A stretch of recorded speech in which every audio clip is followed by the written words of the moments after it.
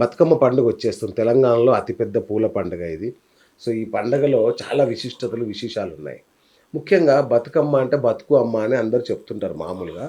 So, దీనికి గౌరీదేవిని పూజిస్తారు. అసలు ఈ పూల పండుగకు, ఈ గౌరీదేవికి ఉన్న సంబంధం ఏంటి? అసలు ఈ బతుకమ్మ పండుగ ఎందుకు జేస్తారసలు? దీని విశిష్టత ఏంటి?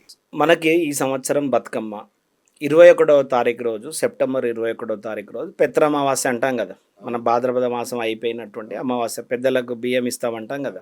అదే రోజు కూడా మనం బతుకమ్మను ఆరాధన చేయడం ప్రారంభం చేస్తాం. ఓకేనా? అసలు ఏంటి ఈ బతుకమ్మ అనేటువంటిది విషయాలు తెలుసుకుందాం. మనకి పూర్వం, ఇప్పుడు కాదు, పూర్వము మనకి గత్తర అనేటువంటిది మనకి ఇబ్బంది కలిగింది. గత్తర, కలరా గత్తర, దీంతో చాలామంది చనిపోయారు. సో అట్లా పుట్టినటువంటి ఒక పండుగ ఈ యొక్క బతుకమ్మ. అంటే బతకనీయమ్మ మాలో బతుకమ్మ అనేటువంటి పదము అనే నానుడి నుంచి పుట్టినటువంటి ఒక పండుగ ఈ బతుకమ్మ పండుగ. దాన్నే మన వాడుక భాషలో కూడా పూల పండుగ అని అంటుంటారు. మీరు కనుక గమనించినట్లయితే ఇది కేవలం తెలంగాణలో మాత్రమే ఉంది.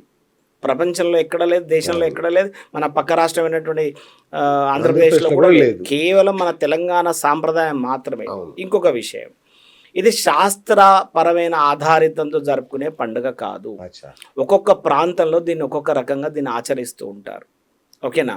సో ఇది ఎలా ప్రారంభమైందంటే, ఆ గత్తర, కలరా అనేటువంటి వ్యాధి ద్వారా చాలామంది చనిపోతూ ఉంటే బతుకమ్మ, బతకనీయమ్మ మాలో బతుకమ్మ అనే నానుడి నుంచి ఇది ప్రారంభం స్టార్ట్ అయింది. సో ఇది ఎప్పుడు స్టార్ట్ అయింది, అసలు ఏంటిది దీని చారిత్రకమైనటువంటి ఆధారాలంటే, వరంగల్ ప్రాంతంలో పాత వరంగల్ జిల్లా పర్వతగిరి అనేటువంటి ఒక మండలంలో చౌటపల్లి అనేటువంటి ఒక గ్రామంలో ఈ ఫస్ట్ టైం బతుకమ్మను ఆడినటువంటి ఒక చారిత్రకమైన ఆధారాలు ఉన్నాయండి.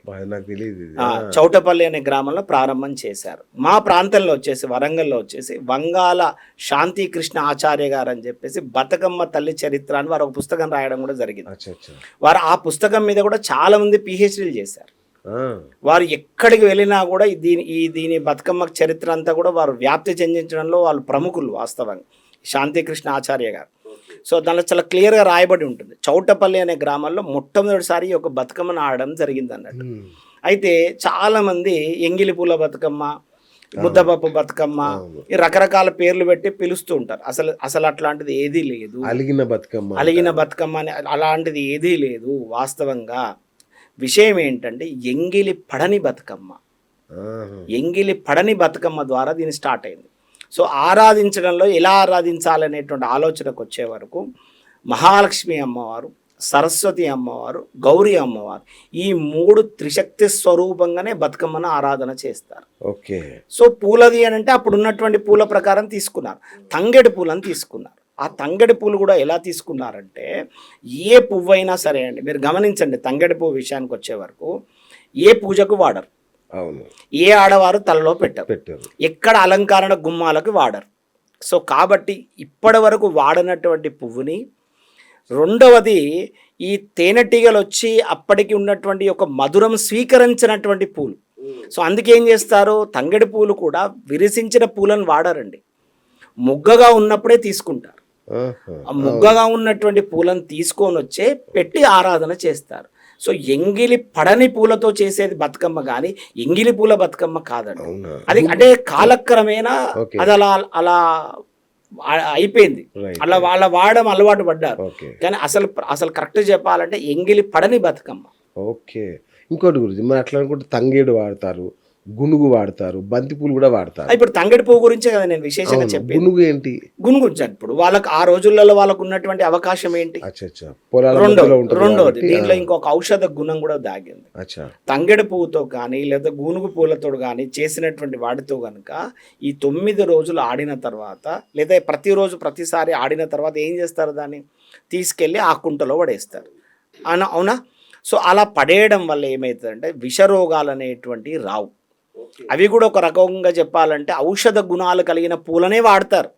అలా పూలను కూడా మీరు గమనించండి, రెగ్యులర్గా వాడేటువంటి చామంతి పూలను, గులాబీ పూలను వాడరండి, ఔషధ గుణాలు కలిగినటువంటి పూలనే వాడతారు. వాస్తవంగా చెప్పాలంటే ఇది గిరిజనులలో ఎక్కువగా ఇది ప్రాముఖ్యం చెందిందండి.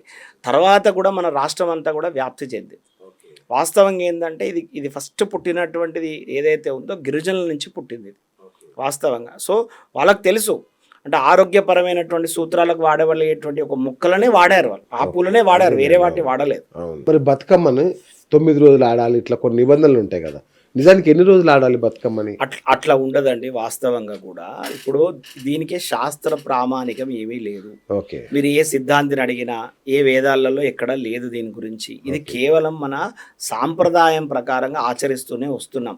ఒక్కొక్క ప్రాంతంలో ఒక్కొక్క రోజు ఆచరిస్తూ ఉంటారు.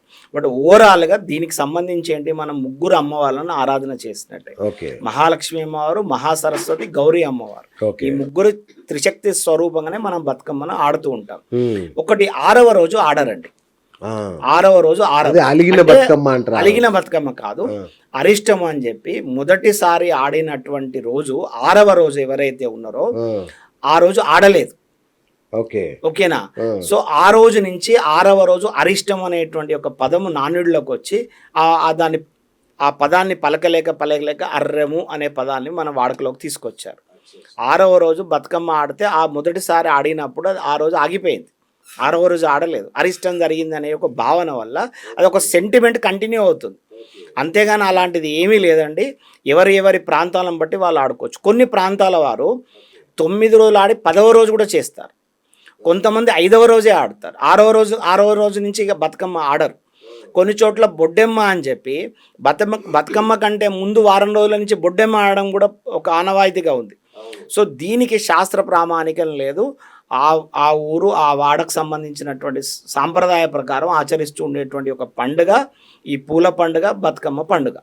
దీంట్లో రకరకాల పిండి వంటలు చేస్తారు, వాటికి ఏదైనా ప్రాధాన్యత ఉందా? అట్లేం లేదండి, అది కూడా ఆరోగ్య సూత్రమే కదా. ఇప్పుడు లాస్ట్ రోజు పెత్తరమావాస్య రోజు ఉంటది.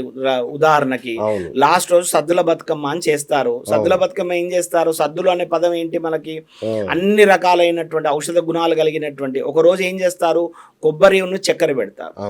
ఒకరోజు బెల్లంతో చేస్తారు, నువ్వులతో చేస్తారు. అలా ఔషధ గుణాలు కలిగినటువంటి వాటినే మనము పంచడం, ప్రసాదంగా పంచడం అనేటువంటిది ఆనవాయితీ అండి. దసరా వస్తుంది, ఇప్పుడు విజయదశమి అంటారు, దసరా అంటారు. ఆ రోజు శమీ పూజ చేయాలంటారు, పాలపిట్ట దర్శనం చేయాలంటారు. అసలు ఏంటి దీని వెనుక ఉన్న పౌరాణిక గాథ ఏంటి అసలు? మనకు ఇతిహాసాలలో అండి, మనకు త్రేతాయుగం గురించి వెళ్దాము. త్రేతాయుగంలో మనం ఏమంటాం, దశకంఠుడైనటువంటి ఒక రావణాసురుడిని శ్రీరామచంద్రుడు సంహరించినటువంటి రోజుని మనం దసరాగా తీసుకుంటాం. ఓకేనా? ఇది ఇక్కడ వరకు. ద్వాపర యుగానికి వచ్చే వరకు ఈ యొక్క పాండవులు అజ్ఞాతవాసానికి వెళ్లే ముందు తన ఆయుధాలన్నింటినీ కూడా శమీ చెట్టు మీద పెడతారు. అంటే జమ్మి చెట్టు, శమీ చెట్టు మీద పెడతారు. తిరిగి వచ్చిన తర్వాత ఈ యొక్క ఆశ్వీజ మాసంలో వచ్చేటువంటి శుద్ధ దశమి, శ్రవణా నక్షత్రంతో కూడుకున్న దశమి రోజే ఆ జమ్మి చెట్టు మీదకి వెళ్ళి ఆ ఆయుధాలను కిందికి తీస్తారు. ఓకేనా? సో కాబట్టి విజయదశమి అంటే దశకంఠుణ్ణి సంహరించినటువంటి ఒక రోజు కాబట్టి అది దసరా, దశమి దసరా. ఓకేనా? ప్రతి సంవత్సరం విజయదశమి రాదండి.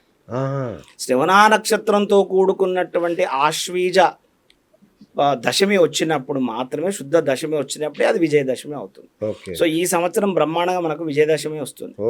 విజయదశమి అని ఎందుకు అన్నారు, మనకి ఈ ద్వాపర యుగంలో మనకు నేను చెప్తున్నాను కదా, పాండవులందరూ కూడా ఆయుధాలన్నింటినీ కూడా కిందికి దించి ఆయుధ పూజ చేసి వారు యుద్ధానికి సంసిద్ధులు అవుతారు.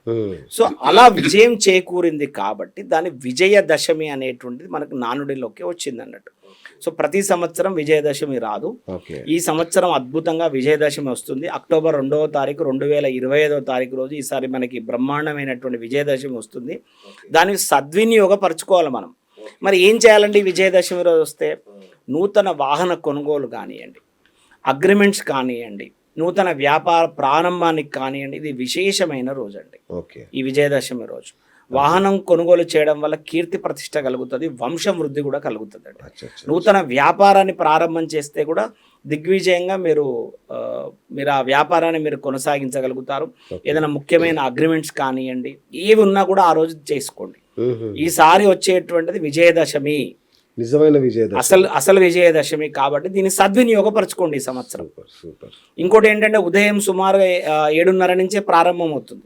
సో రోజంతా కూడా విజయదశమి ఉంది కాబట్టి బ్రహ్మాండంగా దీన్ని ఉపయోగించుకోండి.